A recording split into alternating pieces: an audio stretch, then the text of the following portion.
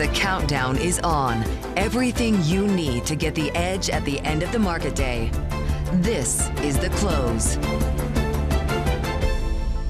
Organized confusion and unnecessary chaos. The White House rattling Wall Street once again. Live from Studio 2 here at Bloomberg headquarters in New York. I'm Romaine Bostick, kicking you off to the closing bell here in the United States as we check the markets. Green on the screen, a bit of a rebound from that dip that we saw earlier in the session. But we should point out that the strong start that we had to this year right now really being put to the test here in the second full trading week of 2026. You saw softness a little bit earlier in the day in the price of equity, softness in the price of treasuries, and softness in the relative value of the dollar, the complexions of a Sell America trade reminiscent of maybe what we saw back in April of 2025. The complexions of this trade, though, it's not about tariffs this time around. It is about the anxiety over Fed independence as Trump sicks the Justice Department once again on FOMC Chair Jay Powell, but this time Jay Powell bites right back. The threat of criminal charges is a consequence of the Federal Reserve setting interest rates based on our best assessment of what will serve the public, rather than following the preferences of the president. This is about whether the Fed will be able to continue to set interest rates based on evidence and economic conditions, or whether instead monetary policy will be directed by political pressure or intimidation. Now, exacerbating matters in all this is that sell-off in market-leading financial stocks that we're seeing today. Financial stocks that had rallied 50% to a record high over the 9 months through last week. Those shares under pressure today with J.P. Morgan, Capital One, Synchrony down as President Trump says credit card lenders must cap interest rates at 10% starting next week, or in his words, be in violation of the law. Now, overall, the broad market reaction today is level-headed. The sell-off for those stocks directly exposed to White House risk, but you're still seeing a rotation into the relative safe haven equities like an Apple, like a Walmart, like an Alphabet, seen as relatively immune. While the market shift is modest in the here and now, the market implications could be enormous going forward. J.P. Morgan Asset Management flagging the risk of a steeper yield curve. Invesco saying European and Asian equities are also looking more appealing. And that's where we kick things off here with that outperformance that we continue to see by overseas markets relative to the U.S. Some concerns here about the relative instability of U.S. policies toward, well, everything, potentially disrupting here any narrative that the U.S. should be the market leader globally. We kick things off to the close here on this Monday afternoon with former Fed Governor Betsy, also former chair of Wells Fargo, to get her reaction here to the latest salvo by the White House towards the FOMC. And I guess, Betsy, I'm curious if you were more surprised by what the Trump administration and the DOJ did this weekend, or more surprised by how quickly and publicly Jay Powell's response was to that salvo. I'm not sure I can judge my level of surprise on either one of those. But I think the response from the Fed and from Jay Powell is telling in that it was direct to the public. It was direct, not in response to a question, not in the middle of a press conference.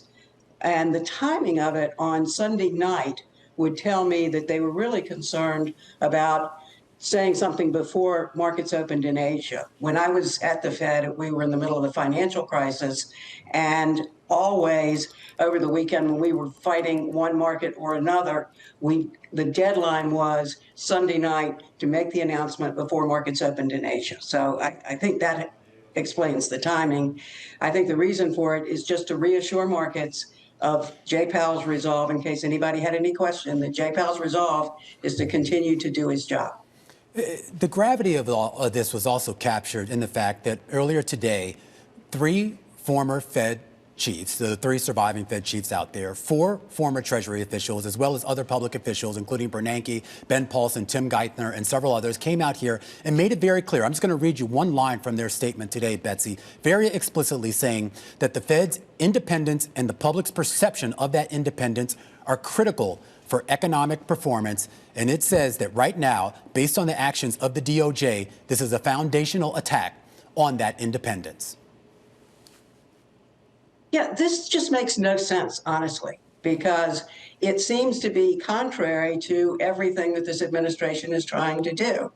The Fed's job is to focus on inflation and unemployment, both of which are important to the financial performance of the American public, and so certainly important to the administration. I would think that at a minimum, this is going to send mortgage rates up a bit.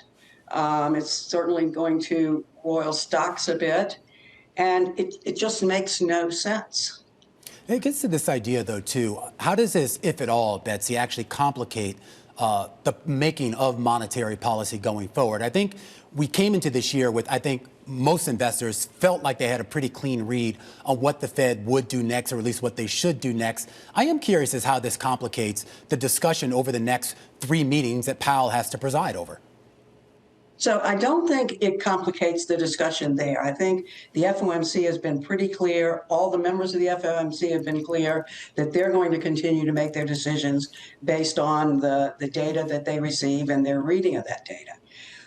You saw that they have already reappointed all of the presidents of the reserve banks.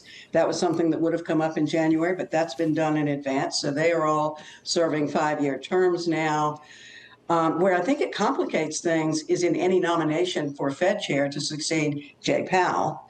And the second place I think it's going to complicate things is it's hard for me to see Jay Powell leaving the Fed board, leaving his seat unoccupied and subject to appointment to somebody that he may not have confidence in, particularly while this lawsuit is going on. So I think this will probably lean Jay towards staying until 2028.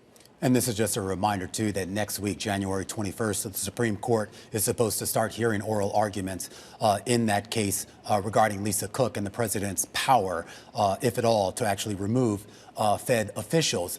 And I guess that does raise the question, Betsy, here about the interview process for a new Fed chief, or really any member of the Fed, and whether investors can have any confidence that the people being selected will be acting in the best faith based on their own economic read, rather than, I guess, whatever, for lack of a better phrase, sycophantic sort of allegiance they feel they have to the president. Well, so you started with that. Would he appoint somebody who would promise to do exactly what he wanted and somebody that he believed would do what he wanted? But in this case now, you've raised the threat level to anybody who is going to sit on that board. And I think when you look at what Lisa Cook is doing, we look at what Jay Powell is doing, they're not fighting their own individual cases. They're fighting for the institution. And, when you think about somebody going on the Fed board, not as the new chair even, just to go on that board, if you're going on there with the threat that you could be personally, criminally prosecuted for the work that you were doing there, even though you've done it entirely in good faith, I think that's chilling. All right, Betsy, always great to get your perspectives here. Obviously, a fast developing story. Betsy Duke, former Fed governor and former Wells Fargo chair. We're going to check back in on that story a little bit later in the program. But we want to move from the world of financials and monetary policy to the world of healthcare. JP Morgan's 44th annual healthcare conference taking place right now out in San Francisco. The co-host of The Close, Cathy Greifeld, is on the ground out there, and she's already had a chance to catch up with some of the bigger players in that space. Cathy, how you holding up? You know, it's lunchtime on the West Coast, Romaine, so I'm here with all my friends at the JP Morgan Healthcare Conference. So far today, the talk of the town, as you might have been able to guess, obesity. I had a great conversation with the CFO of Eli Lilly earlier today. Remember, in December, Novo Nordisk got U.S. approval for their obesity pill. Eli Lilly telling me that they see their pill approval as early as the second quarter. That was just one conversation. We also caught up with Albert Bourla. He is the CEO of Pfizer. Also talked about obesity because, remember, they won that bidding war with Novo for obesity startup Metsera. They are planning to launch 10 phase 3 trials for GLP-1 drugs this year alone, with hopeful a launch by 2028. So obesity, a big topic. So too is AI. Of course, the news this morning that NVIDIA will invest $1 billion with Eli Lilly to develop an AI lab. So AI, obesity, definitely hot topics here at JP Morgan. And coming up next, we're going to be talking more about AI. I'm pleased to say that joining me next is the CEO of GE Healthcare, Peter Arduini. You don't want to miss it. This is The Close on Bloomberg.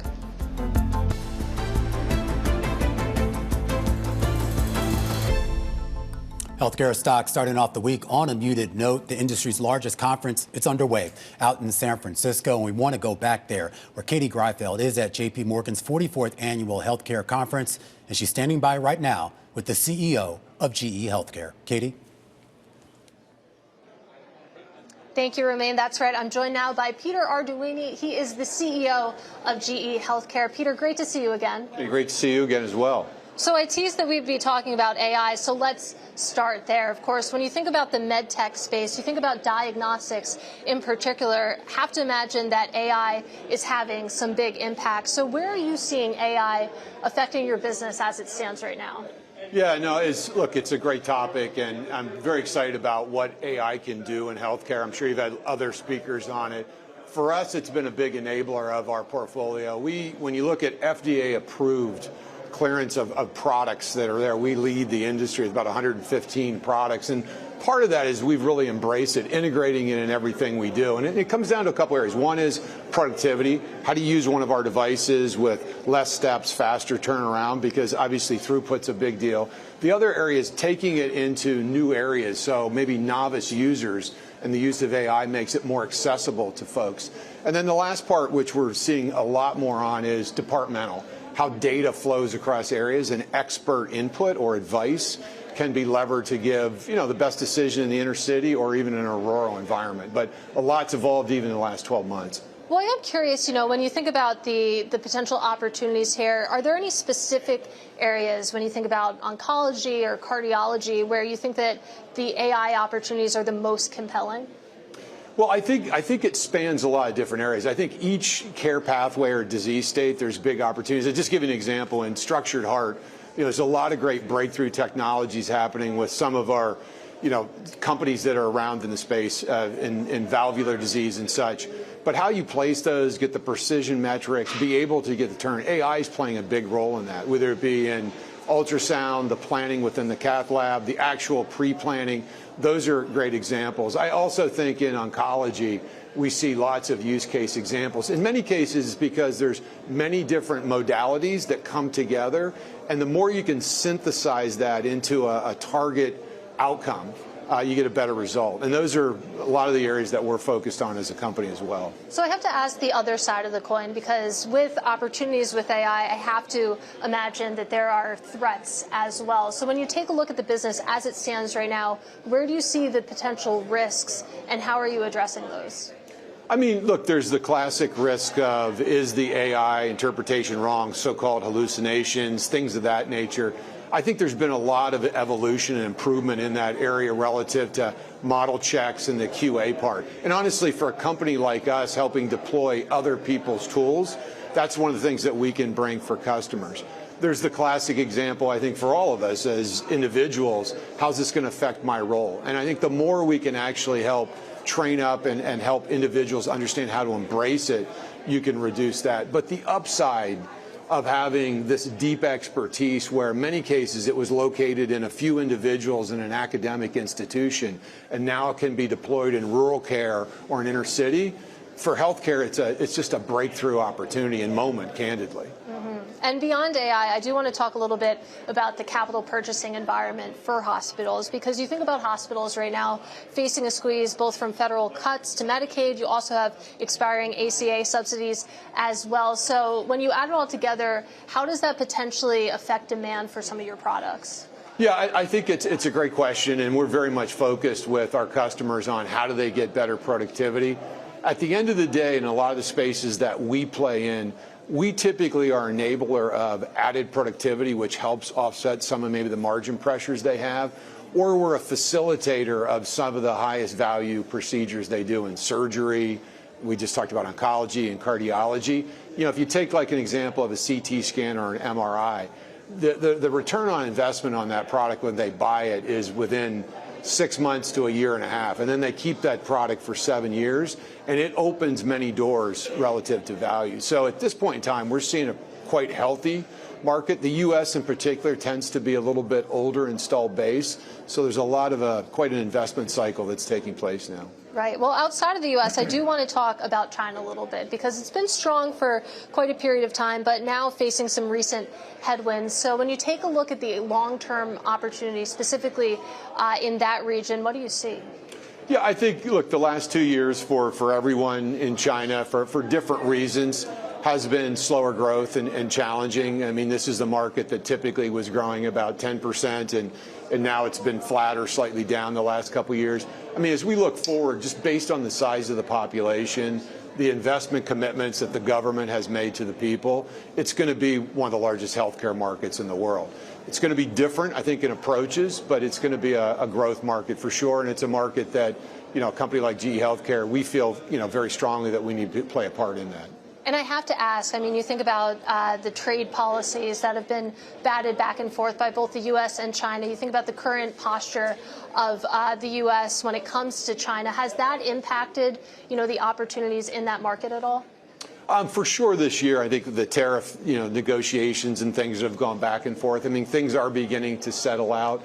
But we were well on a journey, I can speak for us as a company, post-COVID, of having much more regionalized supply base.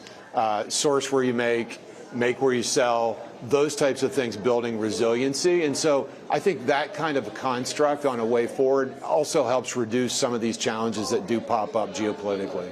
All right, Peter, unfortunately, we have to leave it there. Great to get some time with you again at the J.P. Morgan Healthcare Conference. That is GE Healthcare CEO Peter Arduini. Back to you, Romaine. All right, we're going to check back in with you, Katie, in just a few minutes here. A bifurcated day for healthcare stocks, pharma stocks in the green, healthcare equipment stocks like GE Healthcare down in the red. And when we come back, we're going to take a look at another sector that's been under pressure all day, financials, coming off a phenomenal run to end 2025.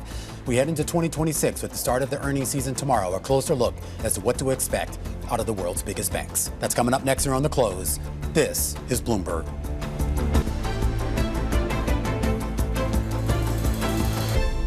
All right, time now for our top calls. Big movers on the back of analyst recommendations. And we start off today with Albemarle. Jefferies raising its price target on the lithium producer to a street high $210. The increase coming amid rising lithium prices. And the analyst says lower interest rates and other stimulus that could actually unleash pent-up demand at a time when supply is still constrained. Albemarle shares up for a second straight day, now at their highest level since 2023. Next up, Netflix. HSBC initiating coverage with the buy. The analyst says a takeover of Warner Brothers Discovery could offer tangible gains, but that saga facing another twist. Paramount Skydance fighting for its rejected bid, saying it will nominate directors to the board of Warner Brothers Discovery to stop that sale to Netflix. Those shares up about 0.3% on the day. And finally, SLM. JP Morgan cutting the student loan company to underweight amid structural challenges, including an elevated cyclical credit risk as college graduates face a tougher job market. Those shares down 3% on the day.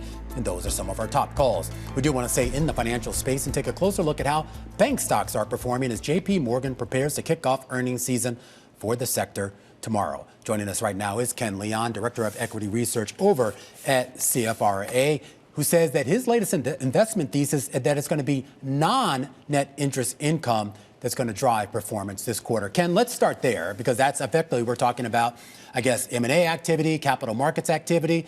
You think that's going to be the star of the show for these banks?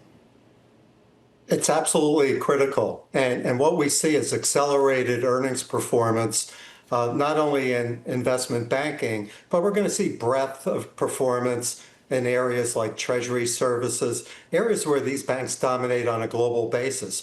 What we need, and we think we're going to get it, is from the street, upward earnings revisions to support the higher multiples that we've seen with great stock performance here.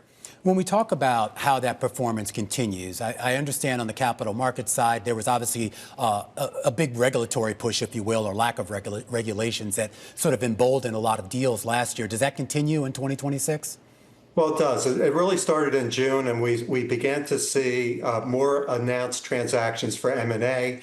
We also saw more of a risk-on environment starting, which led light in terms of IPOs, equity underwriting. And then the financial sponsors, those are the private equity firms, they really need, after a 2-year delay, with lower rates now to monetize $2 trillion of investments in their private equity funds. That will take several years. So both corporates looking at their strategy and capital raising and private equity firms looking to monetize on a global basis. This is, to me, a likely scenario for 2026 into 27 for investment banking. I do have to get your thoughts here on where rates go, and particularly if the betting markets are right, financial markets, I should say, are right about this, the idea that the yield curve will continue to steepen. And of course, against the backdrop of today's news, the latest attack on the Fed, are you anticipating that we are going to see a meaningful drop in rates in a way that will actually help net interest margins for the banks? Yeah, so there's really stirring the pot from the Trump agenda, of course, is rates, credit cards, and then, of course, the housing market. To your question, really, a rate pause and then rate cuts, we're looking for 2 more, is pretty healthy. But the steepening yield curve means spreads will be better. We'll see net interest income, which for the traditional large banks can be anywhere from 50 to 55% of total net revenue. So it's really a real key barometer in terms of driving top line growth. We still see it as positive to broaden out the revenue story. I am curious, for those banks, particularly like a Bank of America, a Citi, those that have a large consumer credit card businesses, do you have any concerns here about this proposal by the Trump administration to temporarily cap credit card rates, interest rates at 10%? Sure. So first, in terms of the idea and the potential outcomes, our affiliate, Washington Analysis Policy Team, great team we have in Washington, it would take a long time. It would require legislation from Congress, and we put low probability to the outcome. For the large banks, it depends who you're talking about. Of the top 5 or 6 banks, JP Morgan, Bank of America, and Citi, they really have moved to those cardholders that have higher FICO scores, kind of taking the top of, if you will, U.S. household demographics. They've been doing this probably 5, maybe 10 years. It's really when you get downstream to the subprime areas, it's the other banks that have more risk, like Synchrony banks and others. So I think overall, though, if there's a hard line to 10% on rate, yeah, this is going to affect card income. Loan balances also are important, as I was mentioning before, because this actually triggers net interest income. All right, Ken, great insights as always. Ken Leon, up ahead of a busy week, Director of Equity Research over at CFRA. Just a reminder, JP Morgan and BNY report tomorrow before the bell. Citi, Wells Fargo, Bank of America on Wednesday, and Goldman Sachs and Morgan Stanley will round out the big banks on Thursday. When we come back after the break, a refocus on healthcare. The CEO of Zoetis, Kristin Peck, will be joining us live from San Francisco at the JP Morgan Healthcare Conference.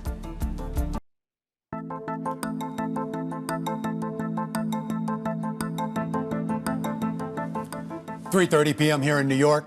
This is the countdown to the close.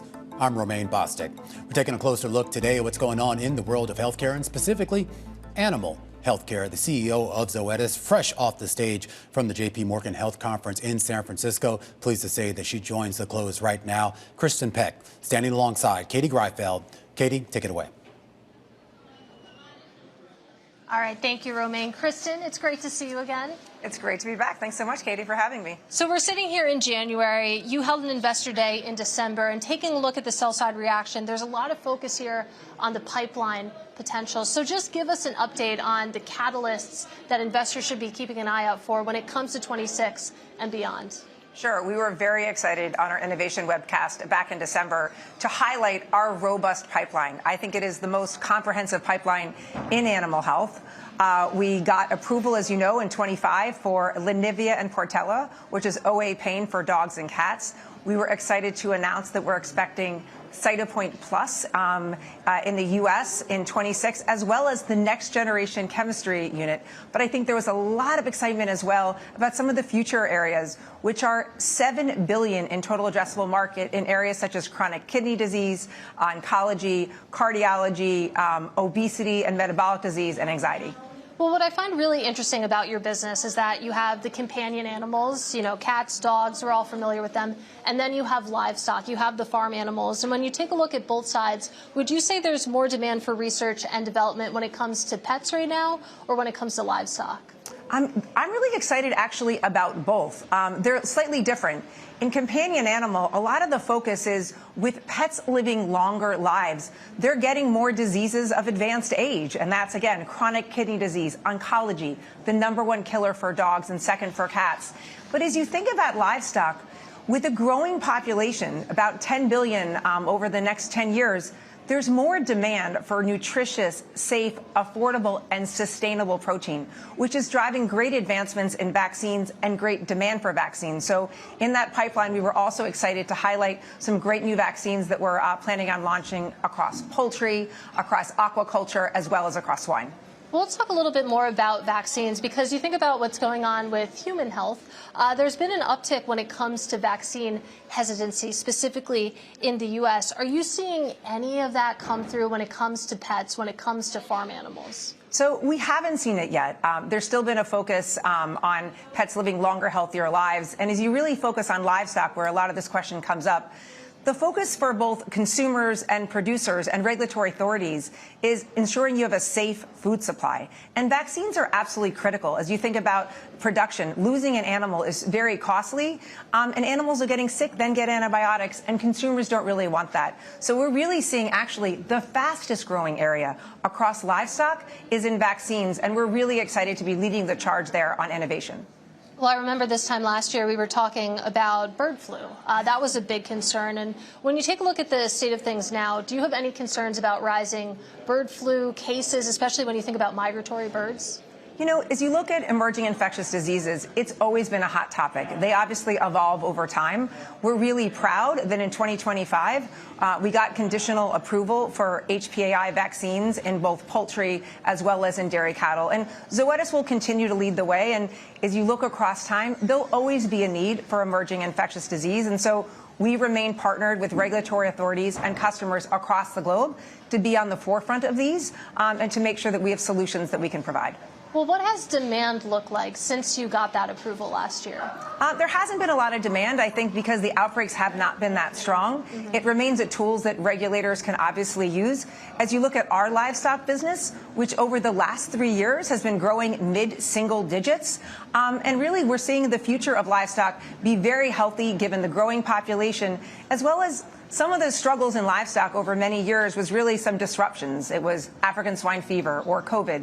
But really that has stabilized over the next few years, and we're really seeing big growth opportunities. Well, when it comes to emerging infectious diseases, let's talk a little bit about New World screwworm in U.S. cows, which isn't something that I knew I needed to worry about. You received conditional FDA approval in the fall.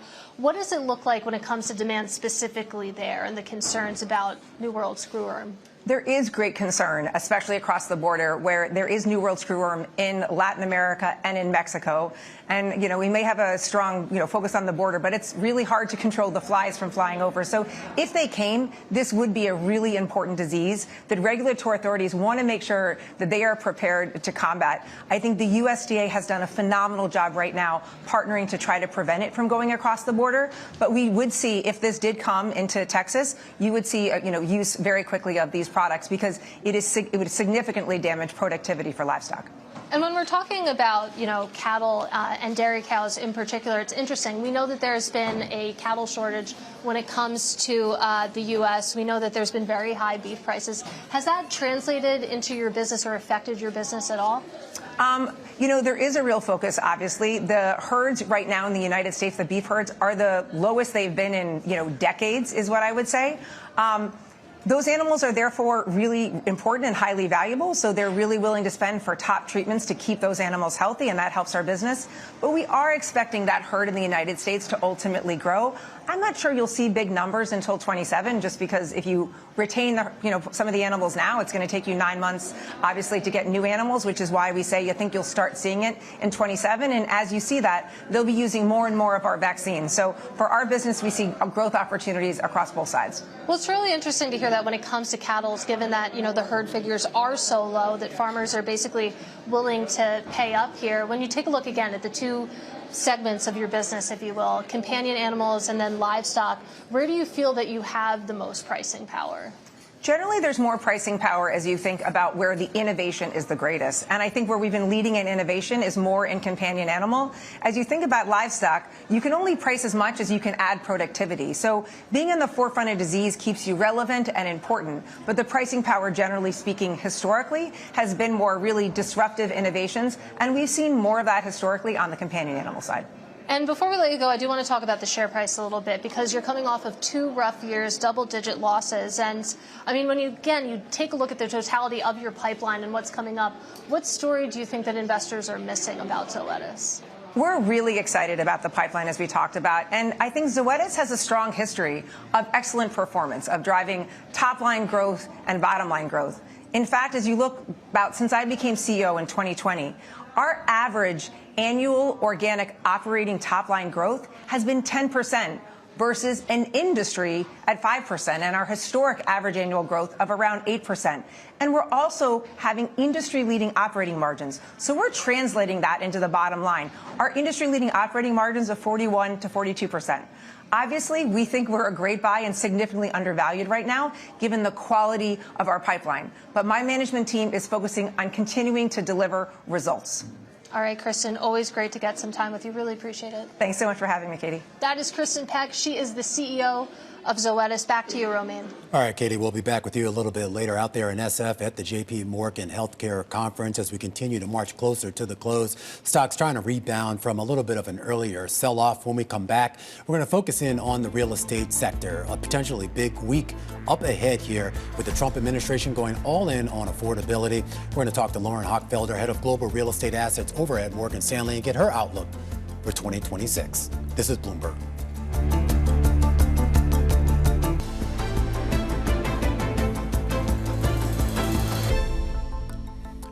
A bit of a rocky start to the year for real estate stocks as the Trump administration pushes housing affordability up on his priority list. But our next guest says this year is where the tide could turn for real estate after years of correction.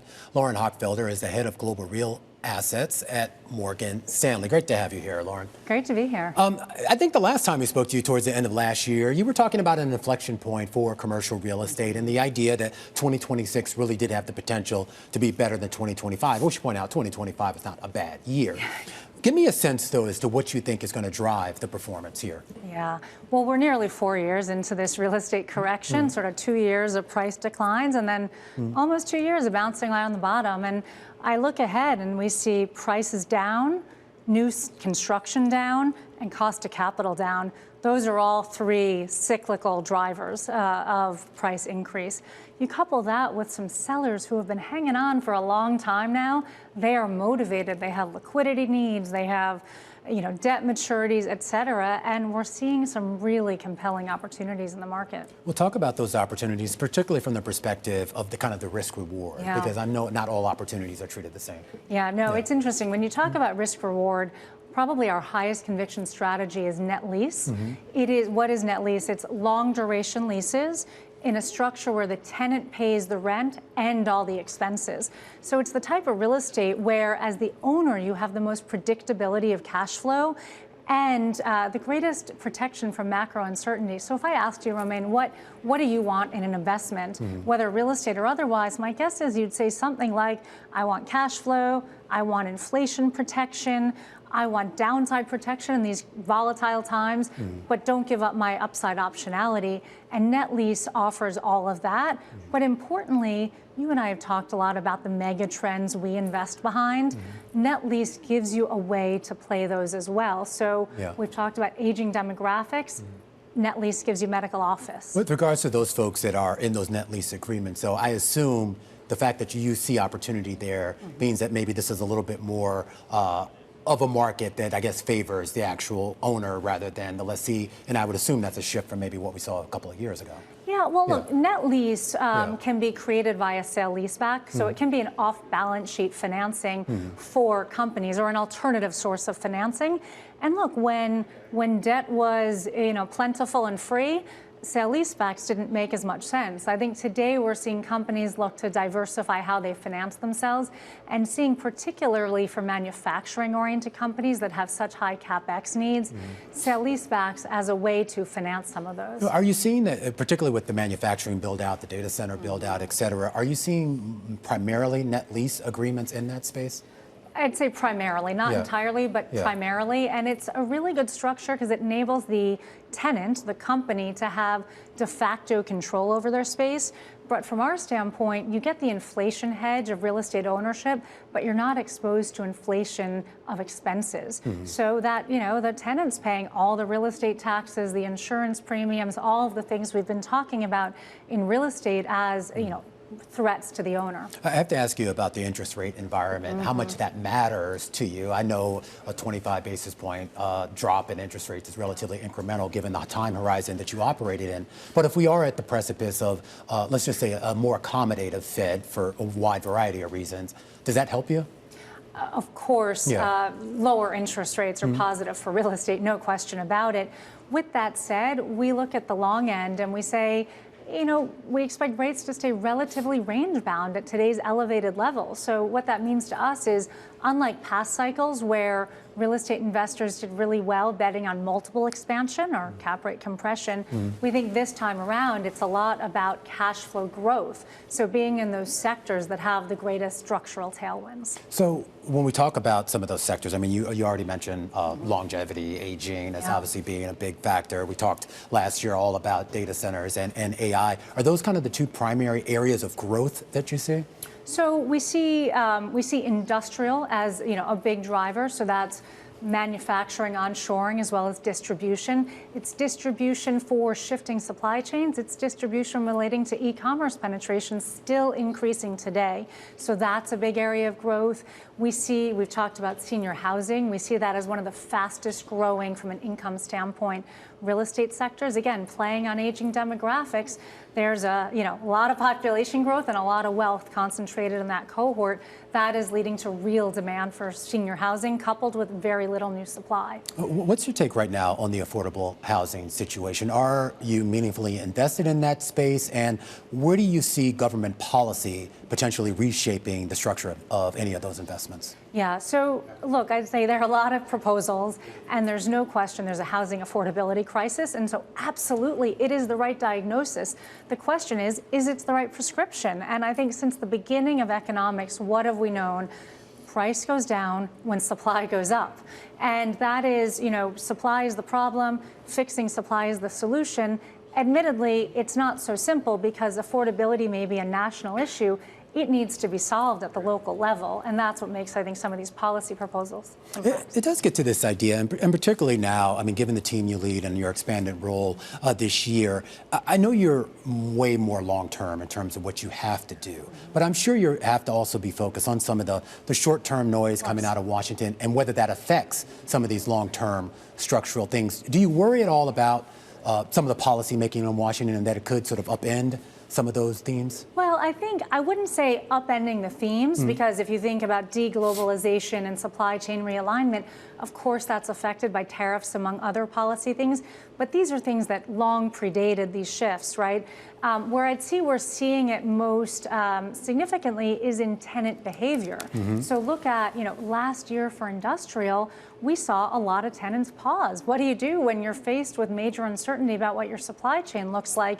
You're not signing up for a long-term lease obligation quite as readily. So we're seeing it on the ground. With regards to geography and the potential and the differences in return potentials here, are there certain areas that you think sort of stand out? Yeah, so we've been most active here in the U.S. and in Japan for two very different reasons. So, U.S. is a story of growth, among other things. I'd say Japan, that's a market we've been investing in for 30 years. Great stories around it today. You've talked on this show about corporate governance reforms and positive effects of healthy inflation. I think, though, what we're seeing is that with the increased interest in Japan, it feels like everyone we know is going to Japan for the holidays. With the increase in tourism, you're also seeing an increase in the tourist investor to Japan. And what we know is, like every global market in which we invest, to do well, you need to be super local. You need to know the nuances, be able to create value at the asset level. And so for that, we feel very privileged to have the team we have on the ground there. All right, Lauren, always wonderful to catch up with you. One of the best in the business. Lauren Hochfelder is now the head of global real assets over at Morgan Stanley.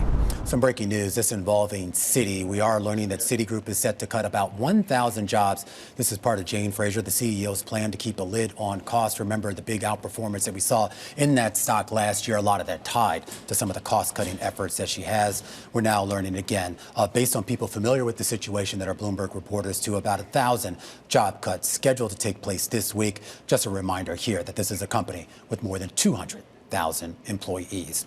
As we get much closer to those closing bells here on this Monday afternoon, just about 10 minutes away, green across the screen, a much different story than where we were at the start of the session. It looked like we were headed for a down day as the market rattled by some of the policies coming out of the White House. But right now you're seeing the S&P 500 hold on to a modest gain on the day, up about 0.1%. The NASDAQ composite up about 0.3%. But keep an eye on the Russell 2000, a 0.4% gain here on the day. That might not look like much, but we talk about the outperformance that we continue to see in that space here. Outperformance by the Russell relative to the broader market for a 7th straight session to start the year.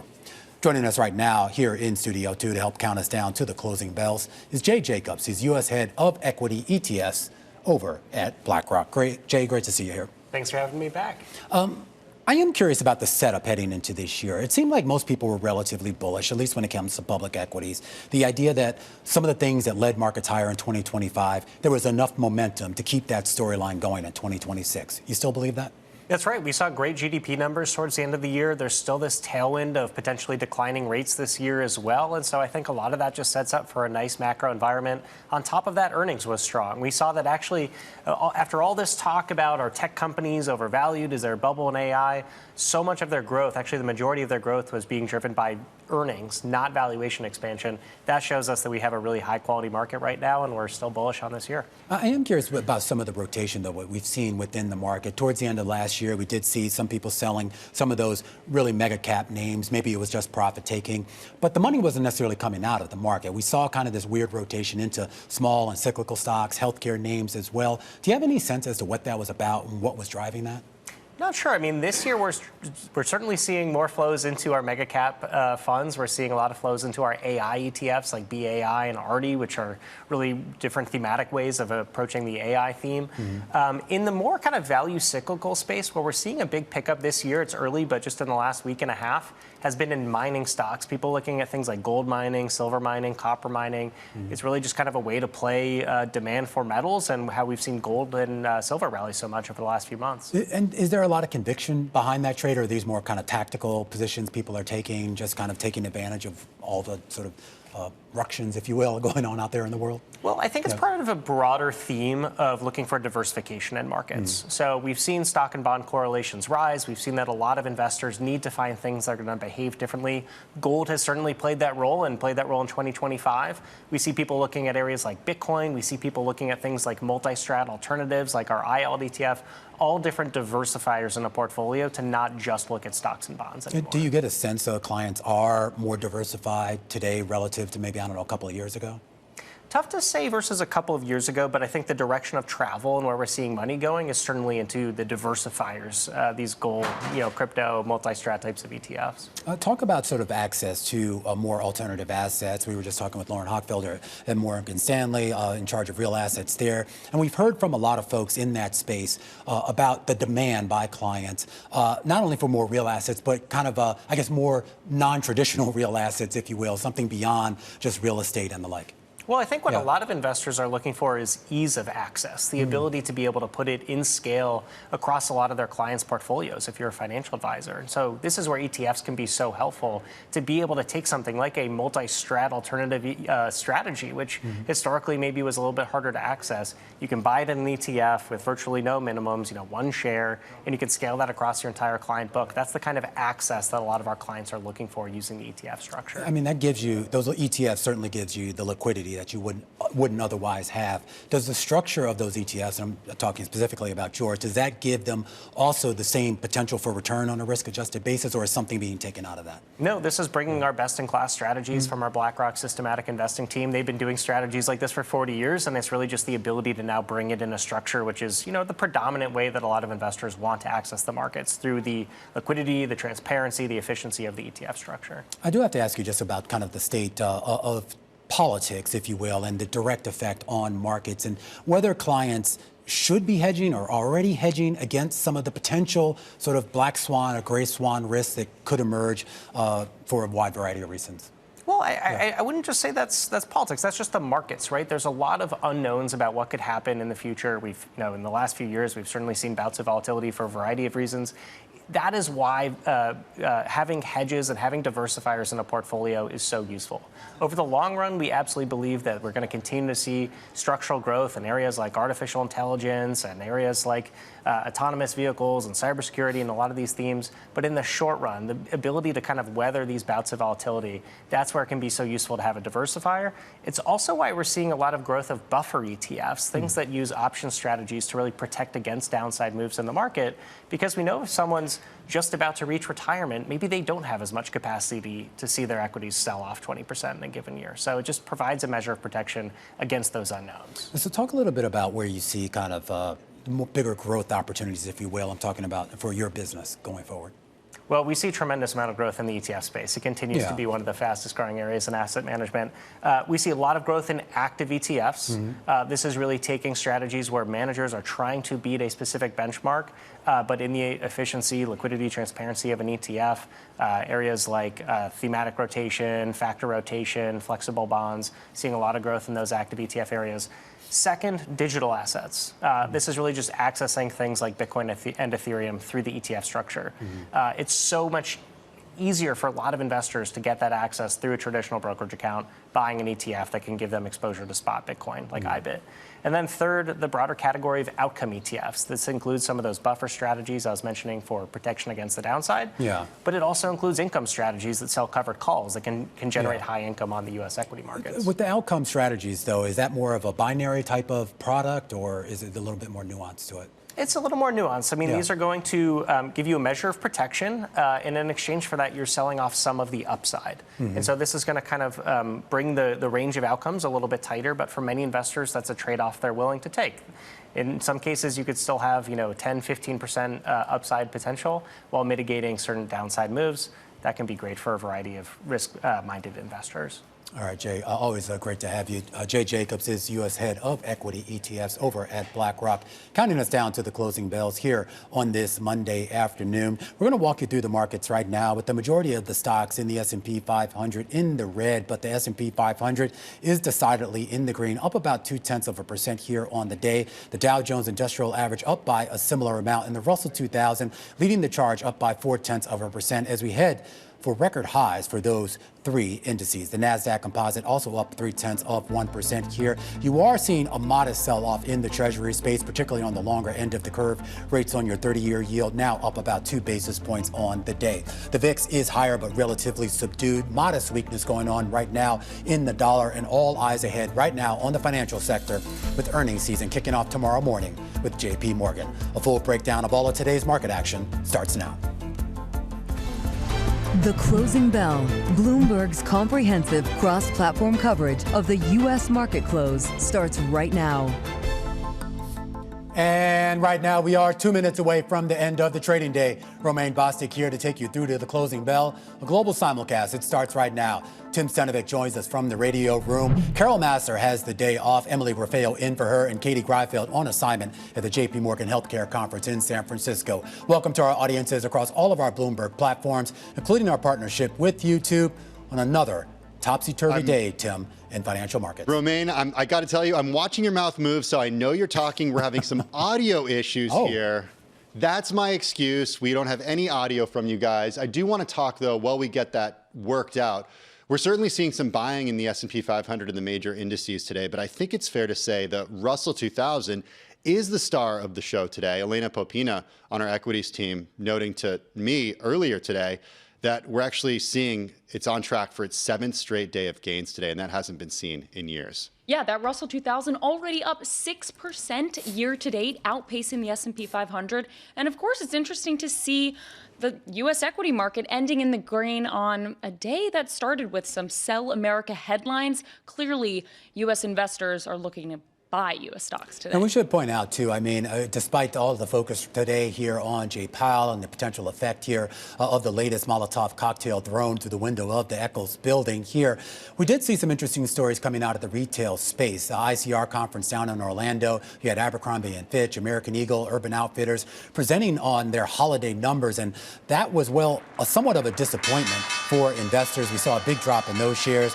and also keep an eye on some of the credit card issuers, the Synchronies, your Capital Ones and Amexes, if you will, on the back foot all day long because of a missive by President Trump on Truth Social about potentially capping credit card rates at 10%. We get the closing bells here in New York on this Monday afternoon, and it does appear to be green across the screen despite some of the anxiety out there in financial markets. The Dow Jones Industrial Average up about 0.2% on the day to a record high. The S&P 500 up about 0.2% on the day. That's also to a record high. The NASDAQ Composite adding about 0.3% on the day. The NASDAQ 100 just basically unchanged, but the outperformer, modest outperformer on the day, that's the Russell 2000, a closeout on the day, Tim and Emily, up 11 points or 0.4%. Well, taking a look at the deeper dive in the S&P 500, interestingly enough, a pretty even split right down the middle on the S&P 500. 250 stocks did move higher, 251 stocks moved lower. And we take a look at the circle here, the 11 sectors in the S&P 500, and you get a sense here of the complexion of this rally. Financials, which had been the world beater for the last few months, that's the red on your screen, down 0.8% as a group. And tech, not really the big lift. Some of the big names out there like Apple did manage to post some sizable gains, but the real star of the show today was consumer staple, industrials, and materials. Well, I want to take a look at some of the gainers on the day today. Let's start with Alphabet shares, the parent company of Google, up a cool 1% on the day today. The company entering a multi-year deal with Apple to power Apple's AI technology, including Siri.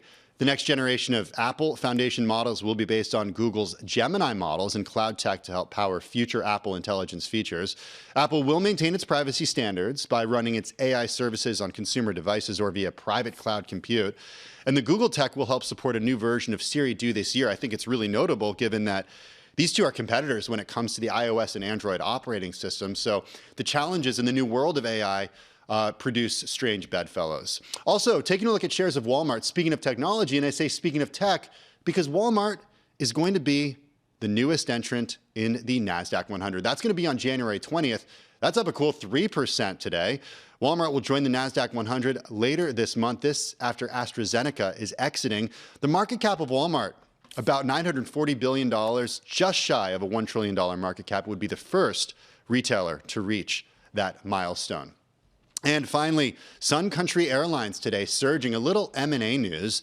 This, their highest intraday level since February after the company, along with Pure Allegiant Travel, announced a definitive merger agreement. Now, Allegiant is going to acquire Sun Country. It's a cash and stock transaction. It's an applied value of $18.89 per Sun Country share. Shares of Sun Country Airline Holdings today higher by about 10.6%, Emily. All right, thanks, Tim. Now, for the decliners, I'm starting with Abercrombie & Fitch. It was down 18%, the lowest since early December, after the apparel retailer said it now sees net sales up 5% for the fourth quarter. And that was down from previous expectations of up to 6%. It may be a case here of just expectations that were too high, considering the fact that the stock was up 62% over the past 3 months of Friday's close. So we did see investors maybe taking some profits on these expectations getting pared back even just slightly. And of course, the big story today in financial stocks is all about Trump's tweet here, or Truth Social post, that he called on credit card companies to cap interest rates at 10% for a year. This is a move that could wipe out billions in profits for one of the banking industry's biggest businesses, Capital One. Our very own Paige Smith telling us that this is the company really to watch here, that we would be affected by this in the biggest way, considering that they're the largest U.S. card issuer.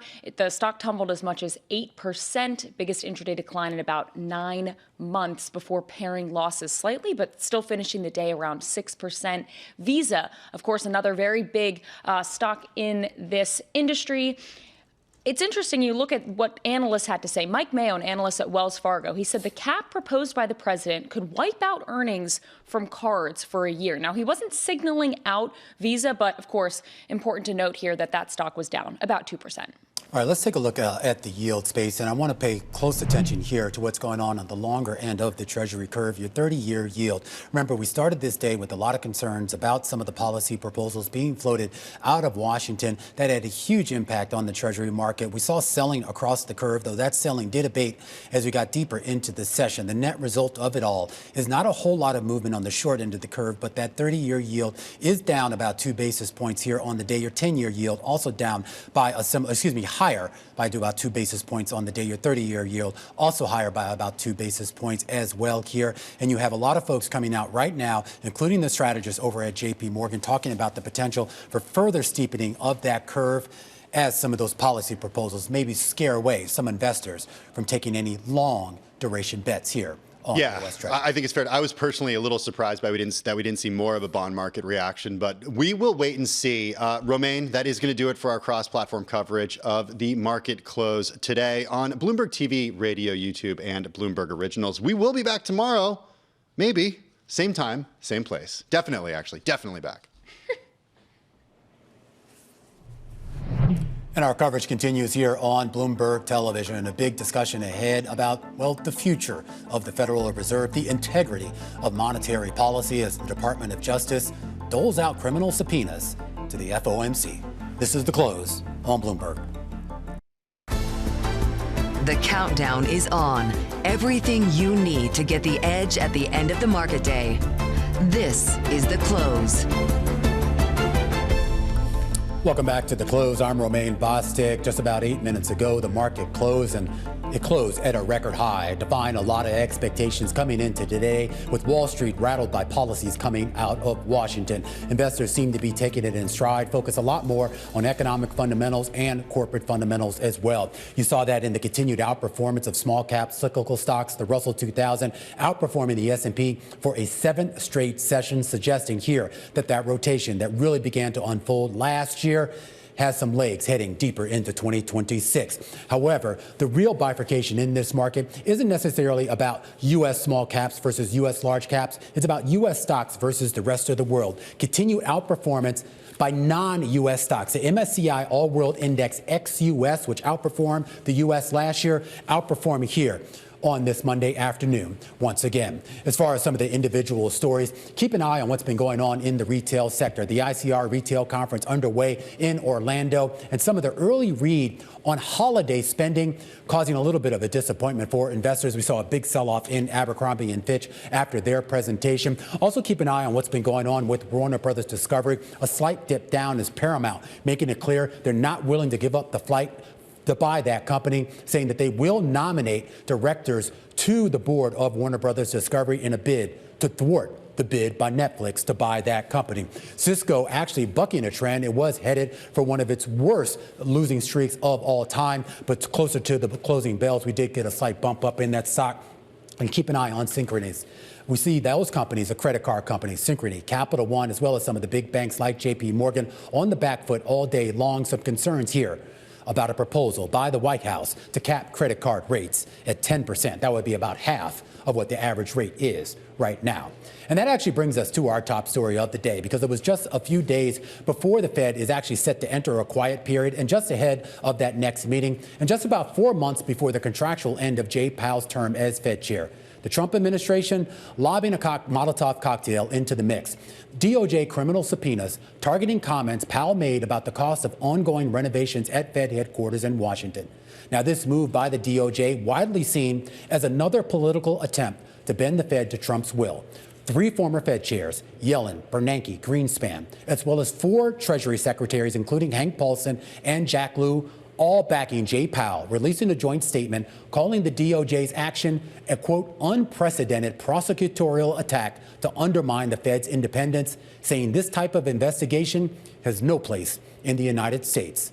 Trump's actions and the rare pushback publicly by Jay Powell himself, renewing questions about the foundational stability, necessity, and longevity of the government institutions and practices that have underpinned the global prosperity for almost a century. Eswar Prasad is professor of economics and trade policy over at Cornell University. His upcoming book, The Doom Loop, hits at a global metamorphosis where the institutions once meant to stabilize the world's economies are now at the center, potentially, of their destabilization. And that's when I want to start with you, Professor, here on this idea of what exactly led us to this point where some of these institutions that I think we can all agree were really sort of the catalyst for a lot of the prosperity that you and I enjoy are now precisely under attack for what they stand for. The key question seems to be about the legitimacy of these institutions that we know as economists have been very important for stability and prosperity. But there is a sense that many of these institutions are not serving the common people, and in fact that their interests are largely depending on those of the political and economic elites. Now, Trump has been very effective at calling into question the legitimacy of these institutions. And I think his attacks on the Fed in particular have resonated with some parts of his base where there is a sense that it is the financial market elites that are served by institutions like the Fed rather than the common people. Of course, the reality is quite the opposite. The Fed has been a technocratic institution that has been very important for maintaining inflation expectations at a reasonable level, at trying to bring down inflation when it rises, and trying to counteract some of the destructive effects of Trump's policies. But what matters right now is the narrative, and certainly Trump seems to have the edge on the narrative, but it is taking us in a very dangerous direction, in my view, because the Fed, after all, is one of the most cherished institutions in the Fed, and it's the bulwark of the institutional framework underpinning the strength of the U.S. economy and the U.S. dollar. I don't think it's an understatement to say it's probably the most independent, certainly in terms of perception, not just here in the U.S., but of any major government agency across any major developed market. You go back really to its inception in the early 1900s, from its first president, William McAdoo, to Jay Powell today, and never have you seen an attack on a Fed president, on a Fed chair, I should say, to this extent with the release of these subpoenas. I am curious as to whether, no matter the outcome, whether the damage might be done to the way that we perceive the Fed's independence going forward. There have been many attacks that the Trump administration has already inflicted on the Fed, and this is yet another, but this is perhaps the most open declaration of warfare against the Fed. And it is very clear what Trump wants. He wants the Fed to basically bend its knee to his whims and desires. He wants to be the one that determines what the Fed will do in terms of its operational decision making. And that is, again, very dangerous territory, because the Fed, of course, cannot maintain legitimacy unless it, responds to the wills of elected representatives to some extent. But ultimately, when it comes to its operational decision making, this degree of interference by the leader of the nation is certainly going to make the Fed much less credible, much less effective, especially because the Fed already has a very difficult task in balancing its dual mandate of maintaining low inflation and maximum employment. And that task is going to become even more challenging if it loses credibility in the eyes of market participants. Well, on the issue, though, of independence, and just to play devil's advocate, the argument coming from the Trump administration, at least from some of his members like Scott Bessent, the Treasury Secretary, Bill Pulte, and a few others, is the idea that somehow the Fed has never truly been independent, or that it's always been political in their view. And in fairness, when you look at the Federal Reserve Act, there really is nothing in there, at least constitutionally, that says the Fed is independent. That's more a function of what Congress itself decided to actually write in to that law itself. Is there an argument to be made that maybe the Fed never was meant to be independent? It's a good point, Romain, that no institution can maintain its legitimacy if it goes off and does whatever it pleases without regard to the consequences. But once the Fed has been given a mandate by the government, by Congress, by the White House as well, the question is whether the operational independence, that is how it accomplishes the objectives that have been set out for it by the elected representatives, whether that is going to remain. And it's the operational independence that is really at the center of the debate here. If Trump decides that he knows better than the technocrats at the Fed how to accomplish its mandates, that's certainly Trump's view. But the problem is that that's going to make the Fed much less effective at delivering on those mandates. So what we're talking about here is not complete and total independence where the Fed gets to do whatever it wants, but operational independence to accomplish most effectively the mandates that have been set out for the Fed. And this gets to the issue, too. I mean, it's always helpful to remind people that a lot of the effectiveness of the Fed isn't necessarily the lever that it pulls with regards to rates and policies, but it's the way that that's communicated to the markets and to the public and how the markets and the public perceive what the Fed is going to do. I believe the perception right now, and this is based, Eswar, on the people that we have on this program, market participants, that no matter who ends up in the Fed chair after Powell leaves in May, is that that person, one way or another, will have to be a bit of a sycophant to White House whims and policies. Does that in and of itself potentially undermine the effectiveness of any policy decisions they make from then on forward? It almost certainly does. It's very hard to see a new Fed chair appointed by Trump, not following Trump's desires when it comes to interest rates and other aspects of operational policy making. It's also unlikely that future Fed appointees by Trump to the Board of Governors are not going to be ones that are going to be devoted to his policies and his whims. And that's a very dangerous direction to take the Fed. And I think this is why Powell feels the need to make a stand here, that he really needs to assert the Fed's independence, the Fed's operational autonomy, and not completely cave into Trump's will. But the erosion of the Fed's independence certainly started the moment Trump took office and many of the steps he took since then, and it is continuing right now. And this particular direct assault on the Fed, I think, is going to leave its scars on the institution for a long time to come. All right. And just a reminder to our viewers, next week, we're actually expected to get those Supreme Court arguments over the president's power to fire Fed governors, including Lisa Cook. Eswar, always great to talk to you. Eswar Prasad, professor of economics and trade policy over at Cornell University. When we come back, we're going to continue to focus on policies coming out of Washington and the newfound focus on housing affordability and whether it could actually shake up the U.S. real estate market. Cathy Marcus is PGIM's co-head and global chief operating officer of real estate. And she joins us next, right here on Bloomberg.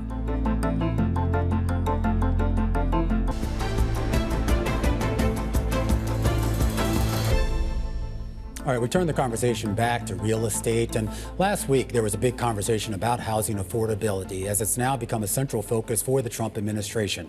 Bloomberg learned this weekend that Commerce Secretary Howard Lutnick has been meeting with home building executives to discuss improving affordability and incentivizing more construction. It's just sort of one little wrinkle in the broader real estate market as investors look for new opportunities coming off of what was a rebound year in 2025. Cathy Marcus joins us right now. She's co-head and global chief operating officer of real estate over at PGIM. Great to have you here, Cathy. Thank you. I do want to start off first with the affordable housing issue that was raised last week, the potential restriction of institutional investors being able to invest specifically in the single-family housing space. But there's just a broader question overall about demand for affordable housing, the supply or lack thereof, and as an investor, where you fit in all of that. Sure, and I'm really glad that we're having this conversation more broadly. Just in the U.S., there's a 4.7 million housing unit deficit.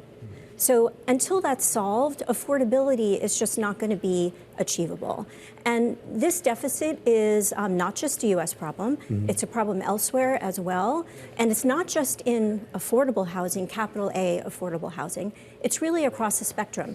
Multifamily, seniors housing, student housing. And really, if you think about it, housing is such a basic need, and having that very basic need be in short supply is really problematic from a society perspective. I am curious, is affordable housing writ large a good investment these days? Affordable housing is a great investment, and there's all different kinds of affordable housing, and there's different affordable housing for different places on the demographic spectrum. There's, age-restricted manufactured housing for people who are retired.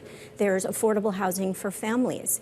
There's even affordable units in urban apartments that are really more geared toward younger people. So affordability is an issue really all across the demographic spectrum. With regards to the senior citizen side of that equation, the aging population, if you will, there's been a lot of discussion as to whether we're going to see an uptick in real estate activity as some of those people age out, whether they either pass on or they move into nursing facilities or other types of care facilities. Are you anticipating that? Because it seems like a lot of people are also saying that some of these people are still stuck in their homes and don't want to actually leave. Well, I mean, so there's the I don't want to leave my home, and there's the I have to leave my home because it's not safe for me to be at home. And really, again, back to basic needs, needs-based real estate, needs-based demands. If you think about the baby boom generation, they're in prime seniors housing space now for the next couple of years. And while people are entering seniors housing at an older age than they used to, it used to be high 70s, now it's low to mid 80s, there's still a lot of people in that age group. And baby boomers don't really want to be in a very old-fashioned type seniors housing facility. The baby boomers led a very different lifestyle than the greatest generation. The baby boomers want a happy hour.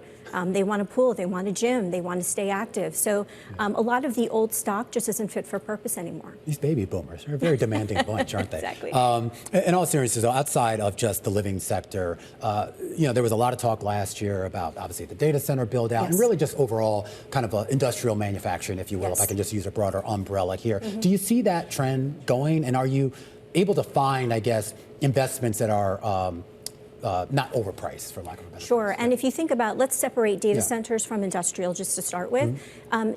Industrial and multifamily, actually similar metric. The amount of new supply, meaning new construction, is off 60% from peak over the past 5 years. So there's just not enough supply for the demand. And now there are certainly some markets where there's plenty of supply, but writ large, there's not enough supply. Data centers is really the poster child for that. As we've all been talking, there's a lot of investment being made in AI, and there's a lot of talk about AI training. But the reality is that in particular in our data center investments, we're focused on cloud computing. We're focused on enterprise cloud. And those are things that are really even separate from the AI training. So there's just so many needs. I mean, if you think about in your own personal life, I'm guessing that you're using ChatGPT or some other AI tool a lot more this year than you were last year. And so imagine what next year might bring or the year after. So at this point, we're nowhere near meeting the supply, the demand needs. What are some of the bigger risks that you're keeping an eye on for this year? Like everyone, the geopolitical risks are out there. In a way, I feel like that has become the norm in which we all operate in a sort of a volatile geopolitical environment, but it's still a very risky thing. We're very much hoping that there is, continued rate declines that will be very supportive of real estate. But overall, from a real estate perspective, one of the really good things about our sector is that beginning in mid-2022, we had a very, very significant repricing. And while that repricing bottomed out about 18 months ago, the recovery so far, it's been consistent, but it's been very, very flat. And so the risk for us of having, value declines, that already happened. We're not sort of, in a toppy pricing situation like other asset classes. So I do feel like there's less risk to the downside and actually more opportunity to the upside in real estate. All right, I have to leave it there. Cathy, always great to talk to you. Thanks. All right, Cathy Marcus there over at PGIM, co-head and global chief operating officer of real estate. When we come back, we're going to go back out to San Francisco. Katie Greifeld, who's been on assignment out there all day long at the JP Morgan Healthcare Conference. She's already had some great interviews, of course, with the CEO of animal healthcare company Zoetis. When we come back, she sits down with one of their main competitors, Jeff Simmons, the president and CEO of Elanco Animal Health, going to be joining the big program right here on Bloomberg.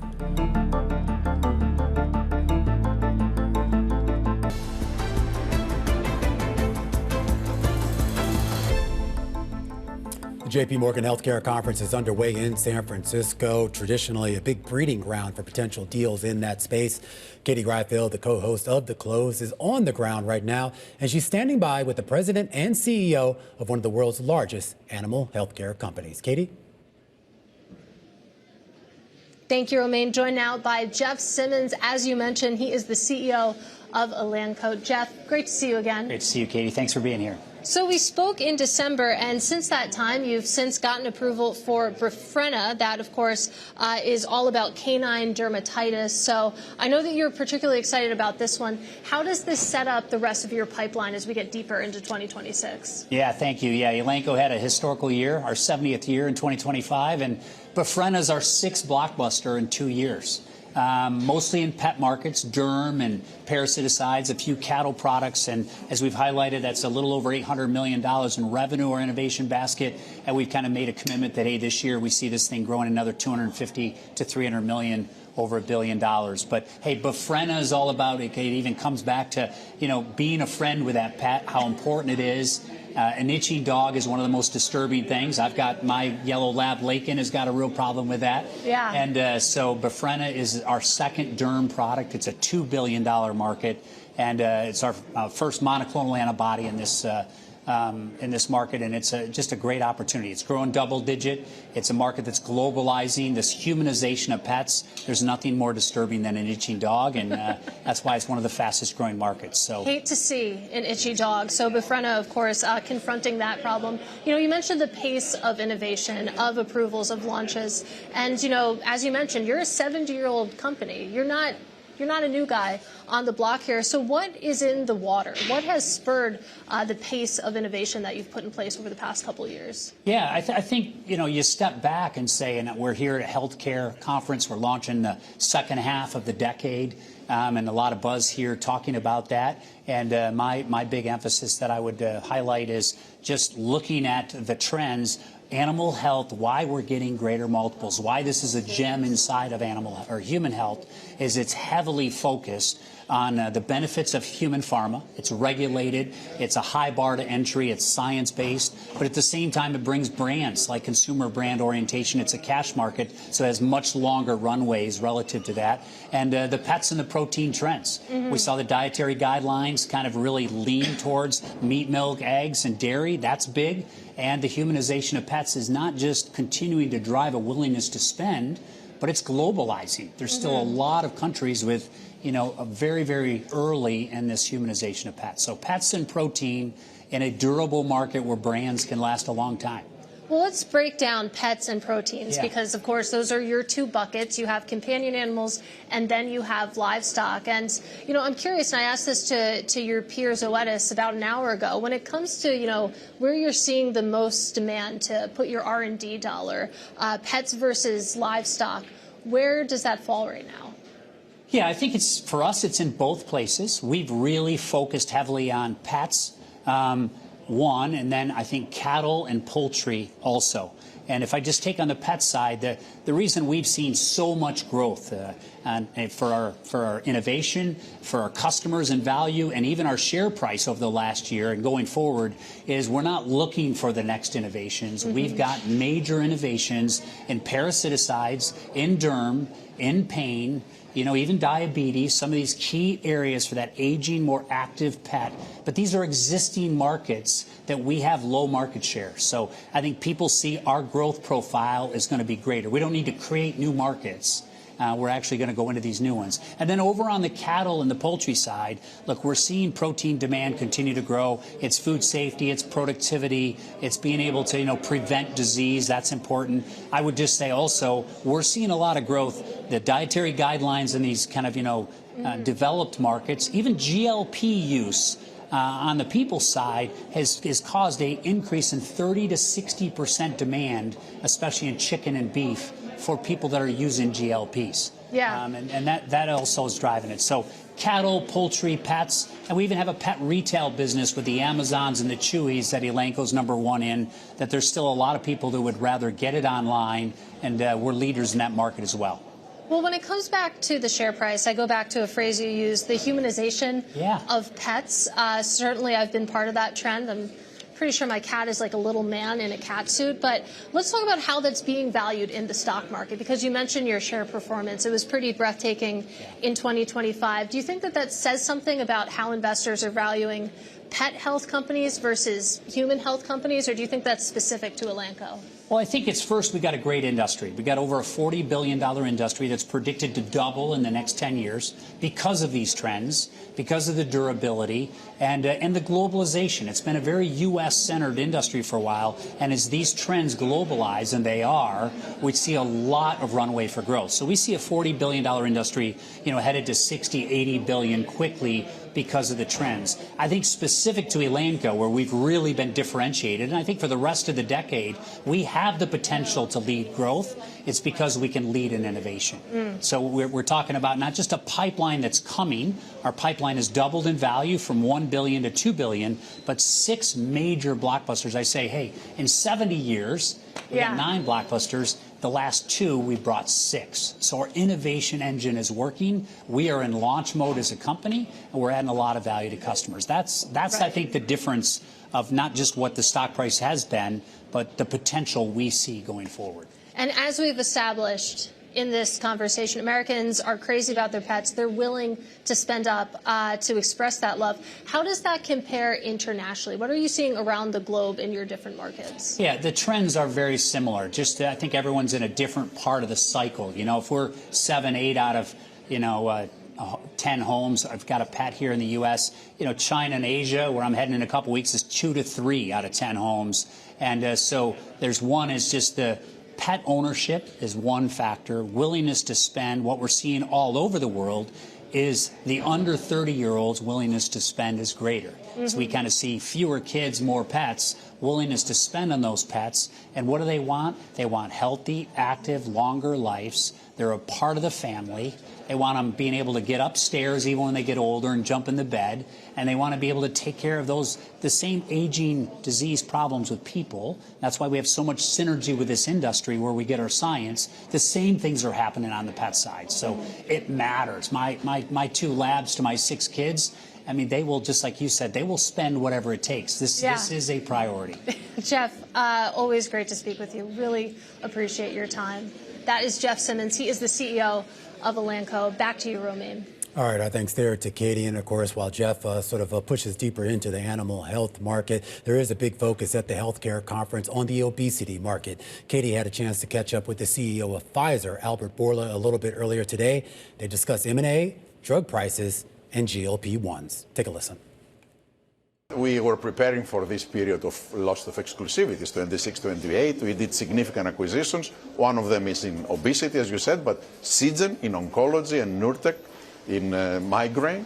And this portfolio is performing extremely well. This year will be approximately $10 billion of sales, growing double digit. Actually, last year, 25. And 26 will continue growing at double digit. So I think after the 28 period of LOEs, where we are not going to be a top-line growth story, we will have exponential growth that will be leading the industry.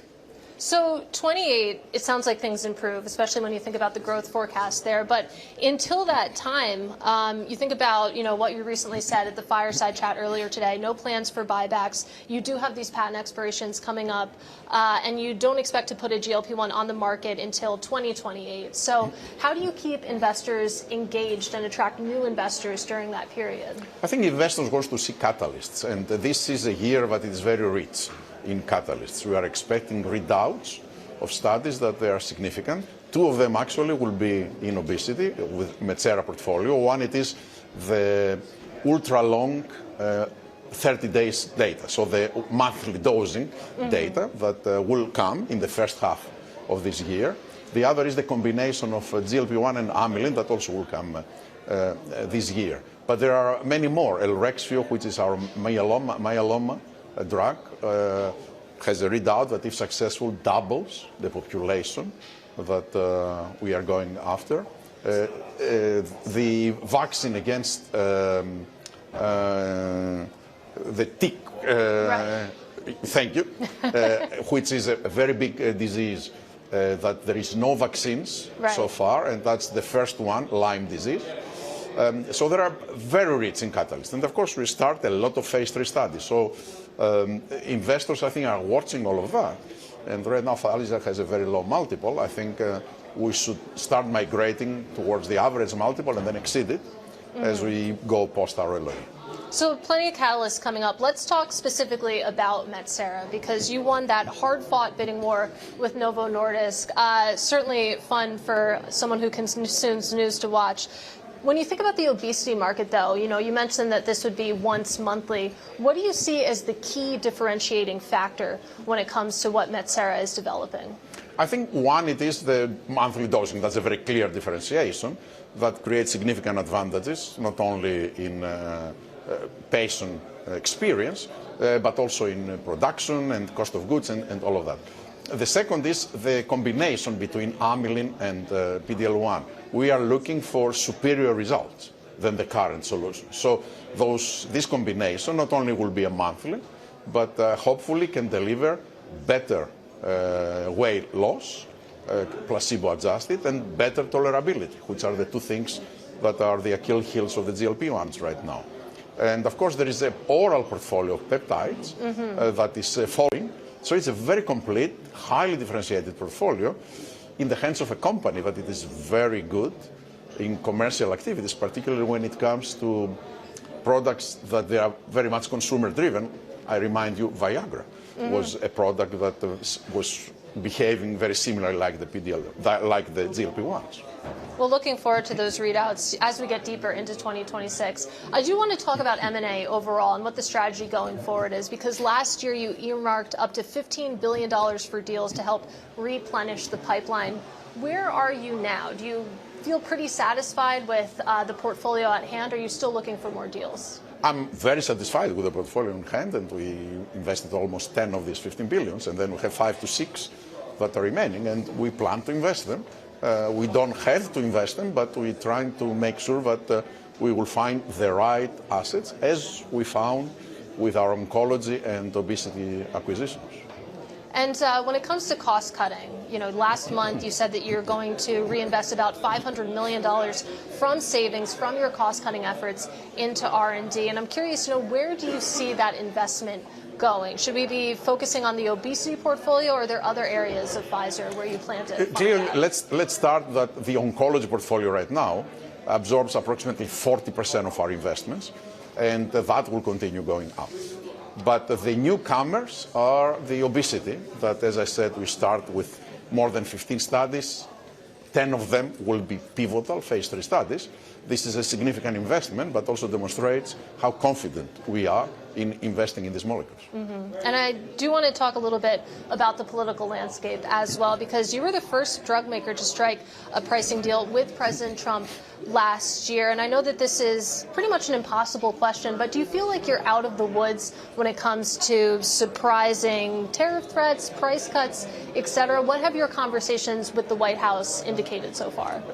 As you said, it's a very difficult question, but and because of the uncertainty that we know exists always. But we have created very solid agreements, and we have created a political environment that there is good willingness from the White House to respect and actually to help us with pricing outside the U.S.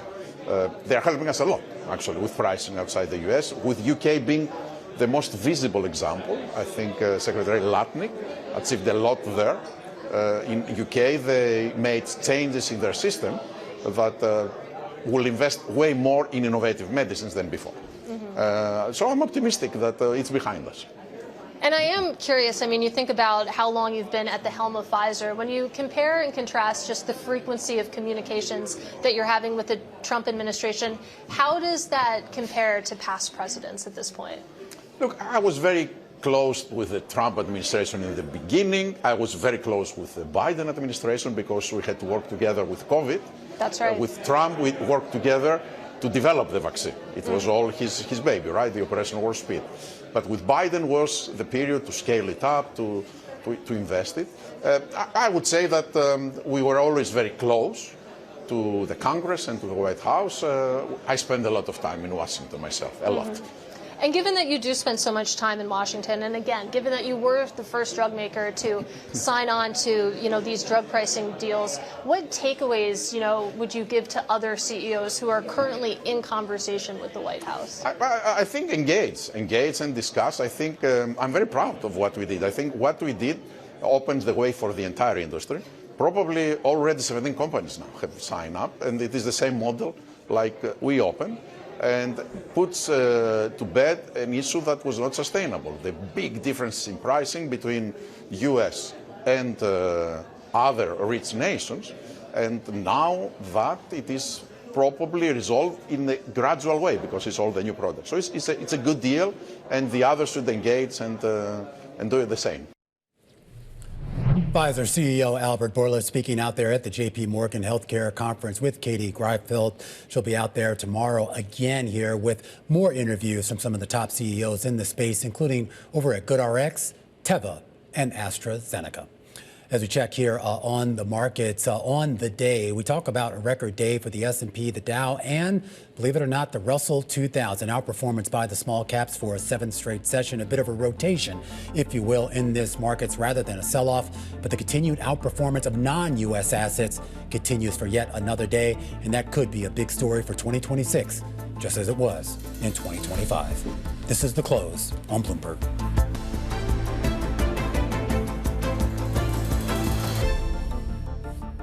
So breaking news, this is involving Iran and U.S. policy toward the sanctioned nation. President Trump, in a post on Truth Social, saying that he will impose a 25% tariff on any country that trades with Iran. Again, this is a post on Truth Social about the secondary tariffs on Iran. Now, of course, the potential impact of this could be minimal given the long-standing sanctions that already exist on the country. But the president trying to exact a little bit more pressure on that nation by preventing other nations from doing business with that country. Now, it could raise some additional questions about the global inflationary environment heading into a big week where investors are focusing on a consumer price index report here in the United States tomorrow morning.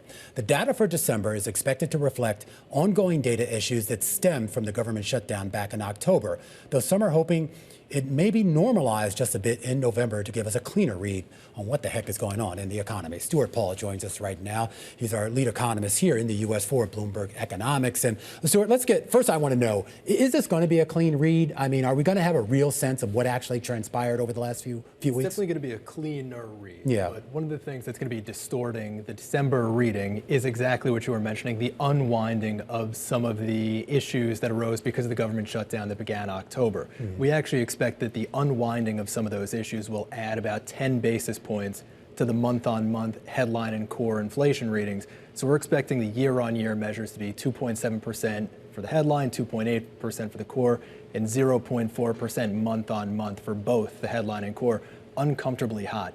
Even if you account for that 10 basis points of additional inflation in the monthly report as a consequence of the unwinding of the government shutdown data discrepancies, that's still 0.3% month-on-month for the headline and core, way too hot for comfort for the Fed. And it gets to this idea, too, of just the almost stasis to a certain extent of some of these readings. The idea that we haven't seen a meaningful drop after we came down from that, that baseline number of 9 plus whatever percent it was on the headline number down to where we are around the 3% range. What's happening? Well, it's difficult. It's on the one hand, we have some additional core goods inflation. I think it's undoubtedly a consequence of tariff pass-through. It does look like some firms are reporting that they're facing a limit to just how much they can pass through tariff costs to consumers. So we can start to see a little bit of a resumption of core goods prices falling. But you're exactly right. The last mile to the 2% inflation target has been a very, very long one. We're still running too hot for comfort, 2.8% year-on-year core inflation. And look, I think that part of it is just an indication that monetary policy just isn't that restrictive right now. Well, well, unless you're Stephen Meyer, and I think he would take issue with that. But it does get to the issue in all seriousness. I mean, we're 2 weeks away from roughly from the next Fed meeting here. Assuming that the print tomorrow on CPI comes in as Bloomberg Economics expect, overlay that with the jobs report that we got on Friday. Is there anything in either of those reports that would be an argument for cutting rates in January, at that January meeting? Certainly not in January. A tick down in the unemployment rate and all too hot inflation argues for a rate hold in the near term. Layer in the obvious consequences of the Trump administration's political pressure on the Fed and the Fed's attempt to assert its independence and, in a way, stand still on rates. It all just sets the stage for a January rate hold, likely through May. All right, Stuart Paul, our U.S. and Canada economist for Bloomberg Economics. A preview of the U.S. CPI report tomorrow, 2.7 year over year on your headline number, and I believe you said 0.4 here on that core number. When we come back, we're going to set you up for what to watch, and that includes that CPI number. Stick with us. This is Bloomberg.